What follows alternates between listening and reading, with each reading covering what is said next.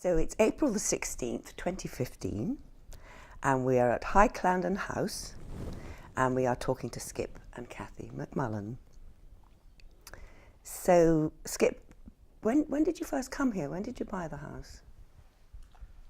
It was October 19th. No, it was July, because we moved in on July the 27th, 1982. 82. Fantastic. Fantastic. You've already got a slight, but I know it was because it was my birthday and Luke was 6 months old. Okay. Excellent pointers. Can you tell me about the history of the house? Who did you buy it from? We bought it from Brian and Gay.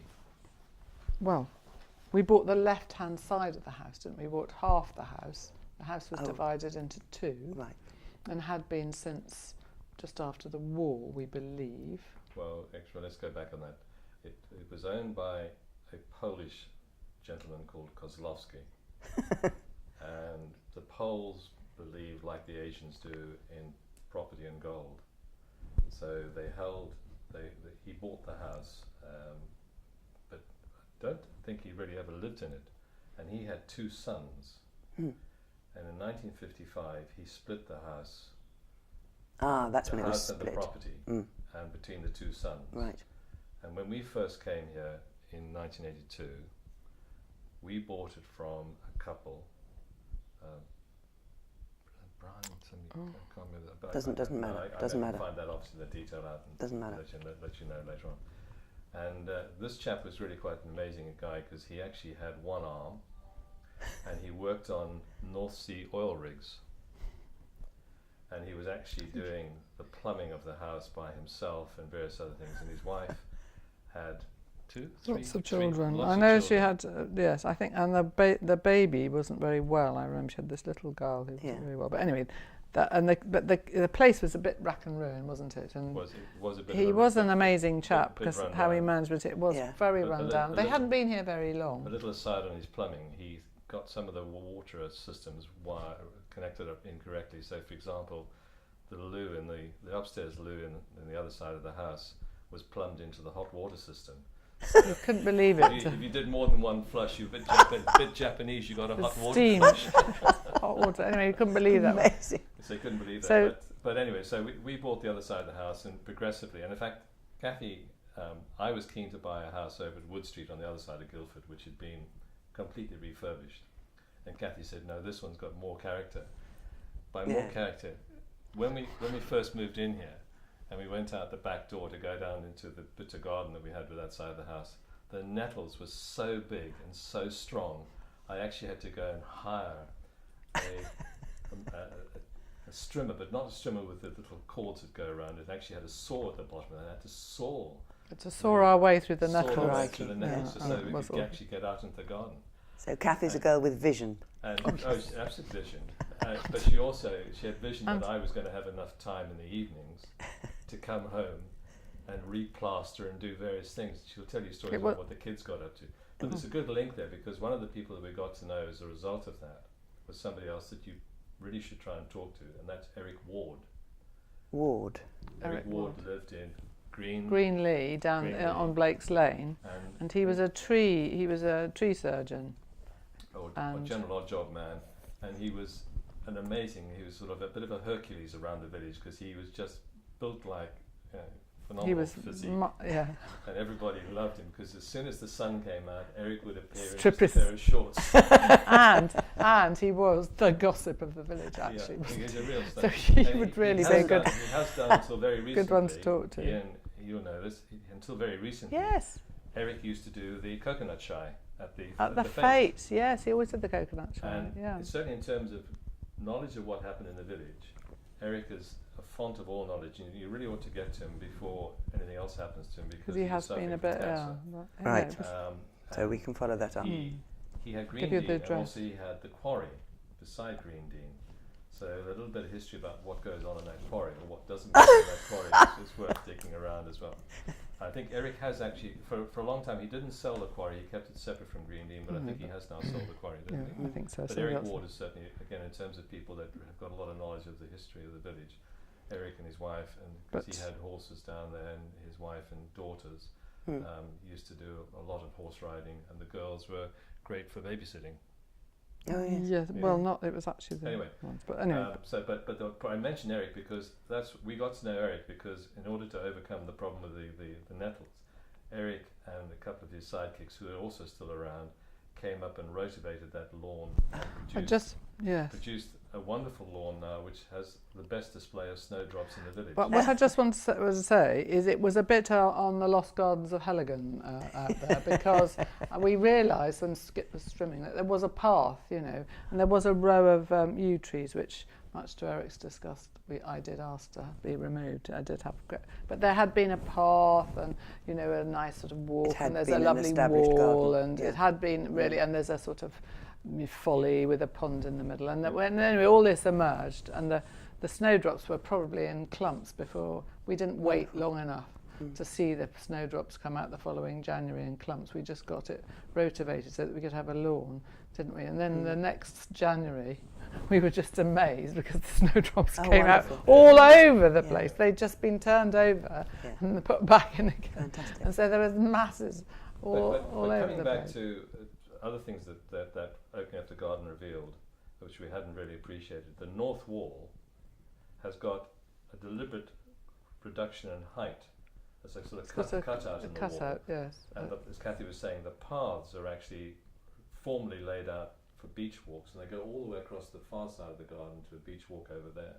And obviously over time they've fallen down and they've gone away. But that beach walk, the idea was originally before the trees in the woods to the north of the north wall, you could actually look through that cutout and you could see down to Woking.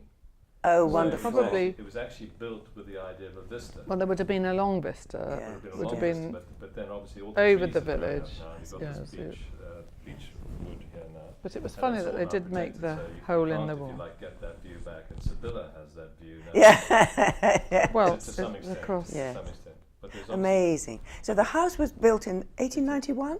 Well, on the chimney breast, with the wonderful fleur-de-lis chimneys, it's 1890. Mm-hmm. So.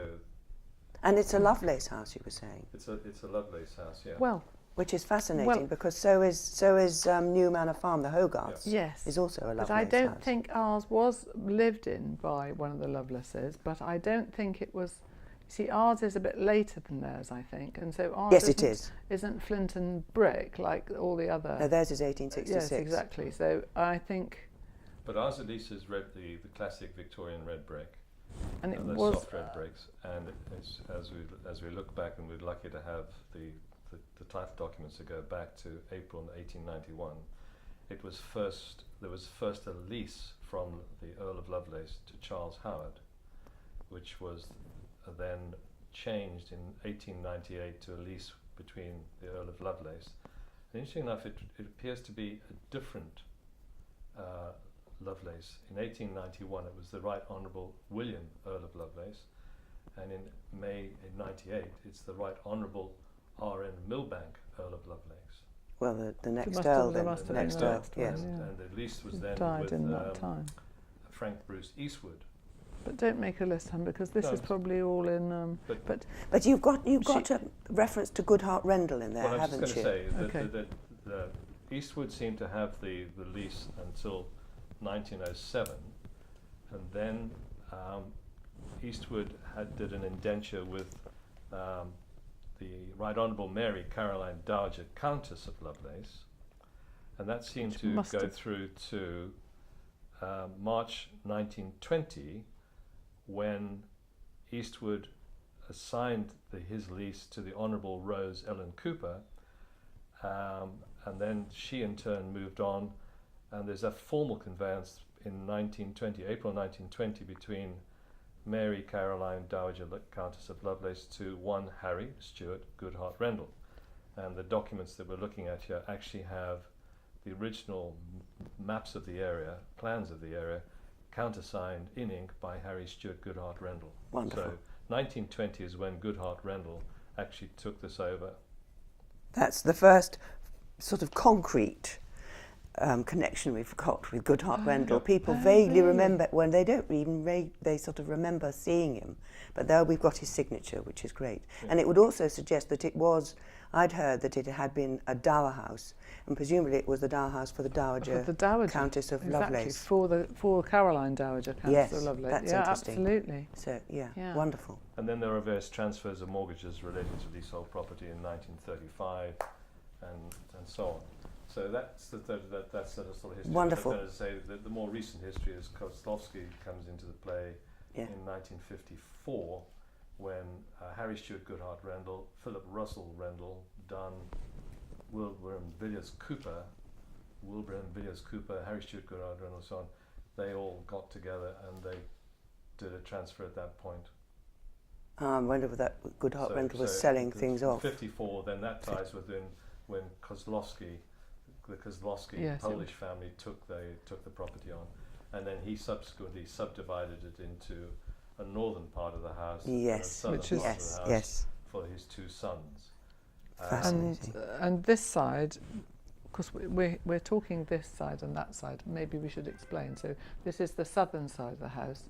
We originally moved into the northern half of the house, and the southern, this half, had lain empty for quite a long time because the old Pole had disappeared off to London. Well, hang on, we need to explain it. So when we bought the other half of the house, there was no one living here. Yeah, and we knew so you did buy both bits? No, we only bought the half, the left-hand side half. It was on this. And then this wasn't for sale.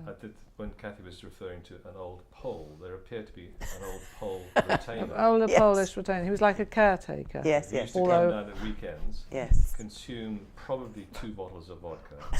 Fast. Go out with the shotgun, shoot a pigeon or 2. Rabbits or something, and then we were quite amazed when we finally did manage to buy this half of the house as well. We bought the whole property, and so we could actually go out into a lot of the woods without fear of being shot. We discovered his stockpile of used vodka bottles, and in fact it took intact. It took the whole of one skip.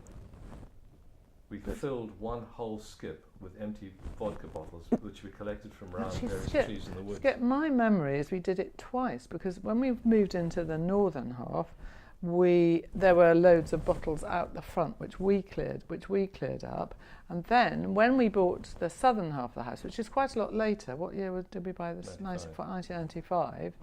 Then we discovered more bottles under the yew tree there, and we had a second bottle collection. But certainly the biggest one anyway. was when we. So Skip, tell me about Goodhart Rendell's ownership of the land and the map. Okay. Well, as I say, because there was an issue over the specific land boundaries more recently, we did a little bit of investigation into people who had lived in the house before, and we found out that quite amazing how you make these coincidences and connections. Somebody actually just literally one day turned up out of the blue, and this was a gentleman called Brian Weald, who now lives in Fulmer Bucks. He said he's a retired police officer, and between 1948 and 1949, I lived with my adoptive parents at 1 High Clarendon House. Why 1? Because there were at least, as far as we know, at least 4, if not more, flats. The house was subdivided into flats. Anyway, he lived here between 48 and 49, and at this time the building was split up into apartments, and we lived on the ground floor at the southeast end of the building overlooking the lawn. So that's where you're actually sitting in this room. Mm-hmm. And despite my young age at the time I was living at High Clarendon, I still have a good recollection of the house and gardens, and it is possible my memory is enhanced in this respect of this period, as I'd just been adopted when I went to live there, having spent the first 4 years of my life at an orphanage. But he remembers parts of the fence and the land around here. But the point is that we had not appreciated really until Brian came to see us about what had happened to the house during the war. So it was, in fact, and then by coincidence, through a work connection, completely out of the blue again, I found somebody whose mother lives in East Horsley now, and she said her mum used to live here as well. So we found a number of people who are actually still in the area. Who lived here in the war. And it's not surprising, and I suspect probably the Hogarths, for the age of the house, people turn up out of the blue and say, do you mind if I come in? But because my mum or dad or somebody used to live here. Yeah, they were commandeered, I suppose. And that's right. And they want to come back and actually see the property. So Brian Weald very kindly produced photographs of the houses from that period, and of him as a boy with his sister playing in the garden here at that time. Wonderful. And the other thing I was just going to say is that through a connection with West Horsley Parish Council, we were provided with old plans of the area, old maps of the area, Ordnance Survey maps of the area, and it wasn't known as High Clandon House originally, it was known as Downs House.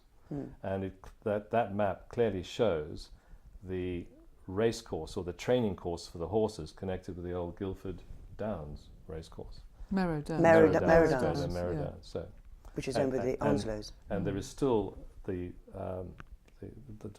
bridle path? No, but the Gallops, presumably. no. There's a path which comes up from beside the quarry.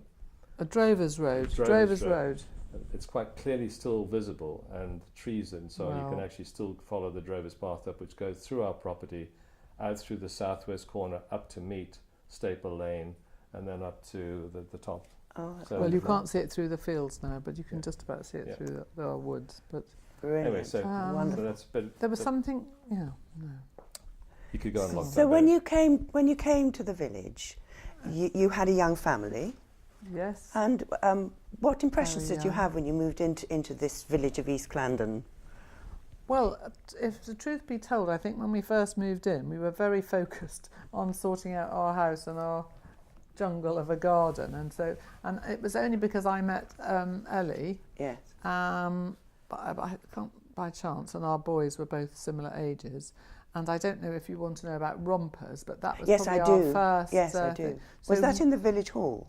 No. Now rompers is a separate organisation, and it really started in West Clandon. Oh yes. But it was a mother and was toddler young group, mums and and children. it had been started off, and there were only about 6 or 7 people in West Clandon, and it was a brilliant institution really, and it's grown absolutely massively and still exists. In fact, I went to a rompers, old rompers. Yes. Yes. I can remember thinking, oh my goodness, this really is terribly Surrey, isn't it? Going to mother and toddler group for rompers. But it was brilliant. And then lots of people used to play tennis, and that's one of the reasons tennis really made a big impact, because lots of the ladies who hadn't played either for a long time or at all, we used to look after each other's children while the others went off and play, had lessons, and then we'd swap over and the others would have lessons. So rompers has been a really fundamental basis where women made networks and looked after each other's children and had babysitting arrangements and so on. And I do remember thinking at the time that there was a slightly odd, having never lived in a sort of commuter belt area, that it was quite odd, because a lot of our husbands were going up to London or were working elsewhere, far away, and that the mothers, we knew each other quite sort of intimately. We knew, and our children played together, but the men never seemed to feature because they were at work all the time, and they wouldn't have known each other or us. And it was actually rompers who did start the sort of idea of getting the men and having dinner parties where you swapped everybody around and that kind of thing. And then, so I think then the men became better over that time, that the men got to know each other as well and played tennis and things like that, and it became much more sociable. So I think rompers would be my first memory. But isn't rompers linked to, what was the name of the toddler? No, I was just coming to that. Okay. No, because play school was quite separate organisation. That was Mary Prophet. That was already in existence when we moved, and our children were too young to go to play school at that time, because they started at the age of about 3 or 4, I think. Yes. And I know they go much earlier, seem to go much earlier now. And so that was Mary Poppins in the village, and I'm sure you've heard from Ellie, and it was, well, that was another wonderful institution, and lots of were just lovely ladies who lived around. There weren't anything like so many rules and regulations about these kind of institutions. And so lovely Bingy, we used to call her, Jane Bingham Newland, who lived in the back lane, where the Jews are now. There were various other lovely ladies who just were so sweet, and She used to have a swimming pool opposite the house on the other side of the road. Yes. And we used to have summer parties around there with Mary Poppins. She was to invite all the children and so on. It sounds very different. There were far more young families and young children. Well, there were. In fact, actually, Jane, I'm really thrilled because having just, it's almost that the villages got back to how it was. It's like the next generation have the village is almost getting back to how it was. I just said to Emma Graham, who lives in Brownie Cottage, this is just like, they had the Easter egg hunt and so on. This is just like how it was when when Ellie and I were first here. There were some other younger families. The Bagnalls came a bit later. And what other, I'm trying to think what other children. Oh, the Smiths. The Smiths lived in Brownie Cottage, where Emma Graham now lives. They had 3 children. Now, people with 3 children wouldn't want to stay in a little cottage, and then the Chedgies came a bit later.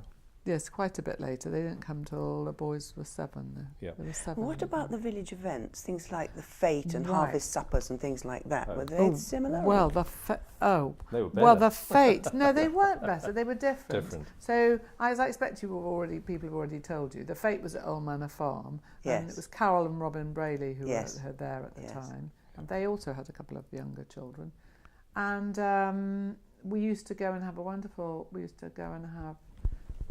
we used to often have the meetings at the Hogarth, but the village fete committee was much larger then, and people like Jane Colmer were on it, and lots. Jane Colmer, Jill Colmer, and Felicity Bagnall, and lots of other people. Anyway, it was just such fun. It was bigger. We had lots of the committee was definitely bigger because there are only about 3 or 4 of us now, and it was much bigger, and it was just going to the committee meeting was a great party, really. Lovely. Awful gossip fest. East Clandon traditions have been going for a long time. And it still is a bit, but it's much smaller. And then the fete was in the Old Manor Farm gardens, and it was really very sweet. And we did the teas out of the kitchen there, and it was lovely. And the fete used to have things like the dog show, which was run by Catherine Mellor, who lived at Home Farm. Yeah. Catherine Mellor also used to have a bonfire party for children. That doesn't happen. But now, actually, Bugs, you see, taken over it. So, although... Bug tried to keep that tradition going for a while. But going back, you see, things are different, but then they come round again, and then you get wonderful people like Bug who keep things like a bonfire party going, which is going right back to how it was before. And now we have got some young families. We've got Francesca at the old house, and we've got Emma Graham and...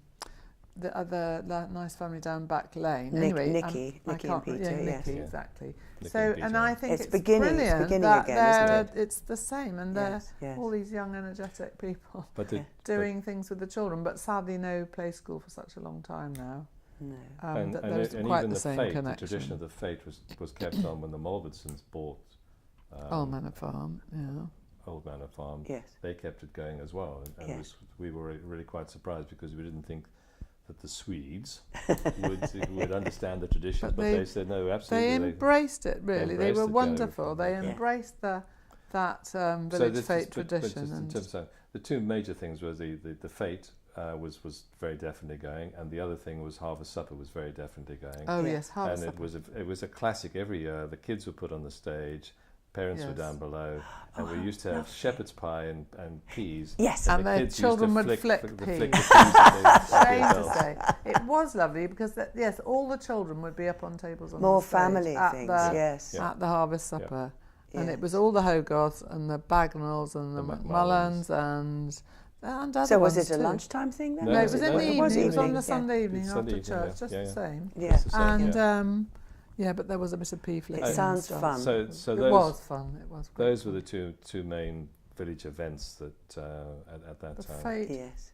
Yes. Well, and because things like Frost and the social events of Frost Run didn't exist at the time, as I recall, bookings at the village hall, it was always a struggle to get bookings at the village hall and to get people to use the tables and chairs and so on to pay for them.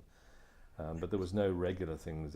Sorry, are you saying that you didn't get many bookings for the village hall, or you got too many? No, we didn't get many bookings at all. Oh, but you really? see, to some extent, that was all right because Play School, Mary Poppins, wanted to keep it. Yes, wanted to keep it. They had all their stuff stored on the stage and so on. So you actually had somebody using it. Yes, it was better. Every week. Yes. So it was better for play school. It wasn't being not run on quite the sort of say commercial basis. But then it became a problem because we needed to raise money for the village hall to pay for things, and Mary Poppins found increasingly the rules and regulations of running those sorts of play schools was becoming quite onerous. Creeping in. And some of the ladies were moving on. Or But you were chairman of the village hall committee. Tell me about that time and what you've done with the changes in the village hall. Well, if I think about all the things that happened, I mean, the village hall, like a lot of things in the village, was gently run down. So there was quite a lot of work to be done in terms of paying for tables and chairs, paying for painting. I think probably the one project that we undertook at the time, which is still very visible, is we did the scroll above the mantelpiece of the names of the yes, tell me about that. The people who were killed in First World War and Second, isn't it? War, yeah. And it took quite a lot of effort to get that scroll. And you did that. You got that done. Got that done. And I think also we made the first change. I'm trying to remember, because I think it's oil now. We put in a new gas boiler to heat so we redid the heating of the hall, because that was quite important to get the hall heated up, because rather with the church now, preserving the fabric depends on keeping the place dry and warm. Yes. So we redid the roof, and redid the painting, and redid the central heating, and a lot of that was something that I anonymously. So I'm not being anonymous now, am I? Oh my goodness! So I was going to say there was lots of fundraising, but the fundraising was Skip McMullan. There was some fundraising, but it was really beyond most. It was Skip. Yeah. Do you know when the hall was built? I mean, had it been run down badly? I honestly don't know when it was built originally. Wasn't it Good Heart Randall? Wasn't it? Do we know that? It may well have been. Yes. Probably need some of you guys. Maybe at the same time as St Thomas Drive, yeah. But what about Frost and the sort of running of Frost and the beginning of Frost?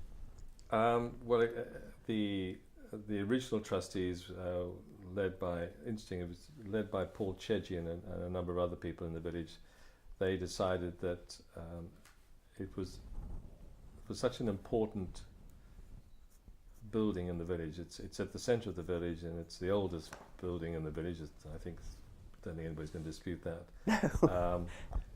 That it was in a way morally wrong for us not to take care of the fabric of the church and preserve that for the centre of the village. And so Frost was formed as it's not a religious charity. It was formed to preserve the fabric of the church. And Paul Chedji, along with a number of other people, and Paul at that time had converted to Roman Catholicism, but he was still chosen, I think, very wisely and sensibly as the first chairman of Frost. And so on the one hand, they knew what they were going to do, but they had to raise money, and they set about raising money through a number of social events, and that has continued to this day. That Frost has every year tried to run 3 to 4 events. The most regular event, if I think about it, that goes back over time, is the quiz night in November. Paul was very good. We used to have a number of things which involved music and concerts, and again, from the point of view of using the church as a building in the village. And Paul, I remember, used to come up with some amazingly good stories about performers and artists and so on who turned up for those events. But it's gone from strength to strength, and it's received a lot of support from commercial enterprises in the area who have made donations to Frost to enable it to support the PCC. The most expensive things, I think, and things that people in the village have willingly participated in, is the retiling of the roof and of the bell tower. And the shingles. And everybody knows, if you look behind those shingles, you'll find details of countless people's names and addresses. And I think, again, all of our children have contributed to that as well. So if you were to turn those tiles over in some sort of time, you go back to the point that it's the history of the village. It doesn't matter whether you're here 10 years or 100 years, you're going to find in 100 years' time there'll be memories of people who were here 100 years ago. It was, I think it was set windows, up, wasn't it, originally, or the idea came from the then rector, who was Geoffrey Smith.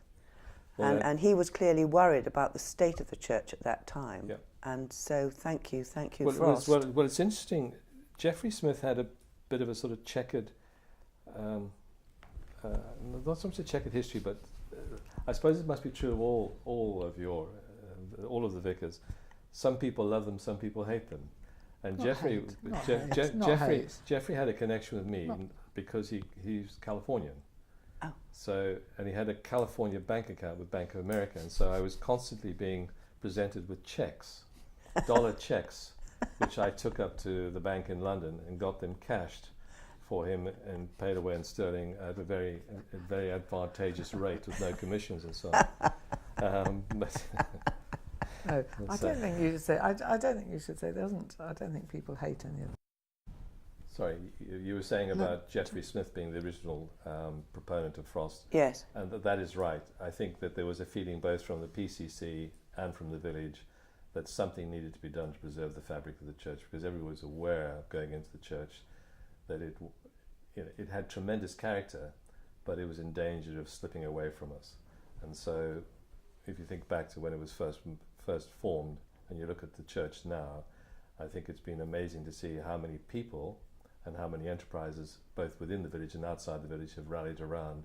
And the church is now looking, as we heard on the Frost Committee meeting, and you've obviously heard as well, the quinquennial summary was just astounding. I've heard about absolutely it. astounding to have somebody come and do a quinquennial review and say, I've never seen anything like this.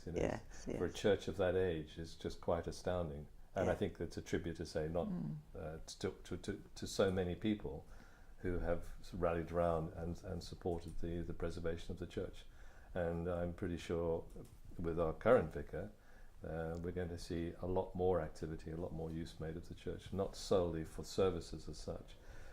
But even in our discussion on Tuesday night, Barnaby was saying how many people from West Glandon choose to join people in the East Glandon church because they just like the character. And of course, they prefer the church. We benefited from that because our younger son was married there, and his New Zealand wife absolutely wanted to have her wedding in the church. And the folks that came from New Zealand all said the same thing. It was just.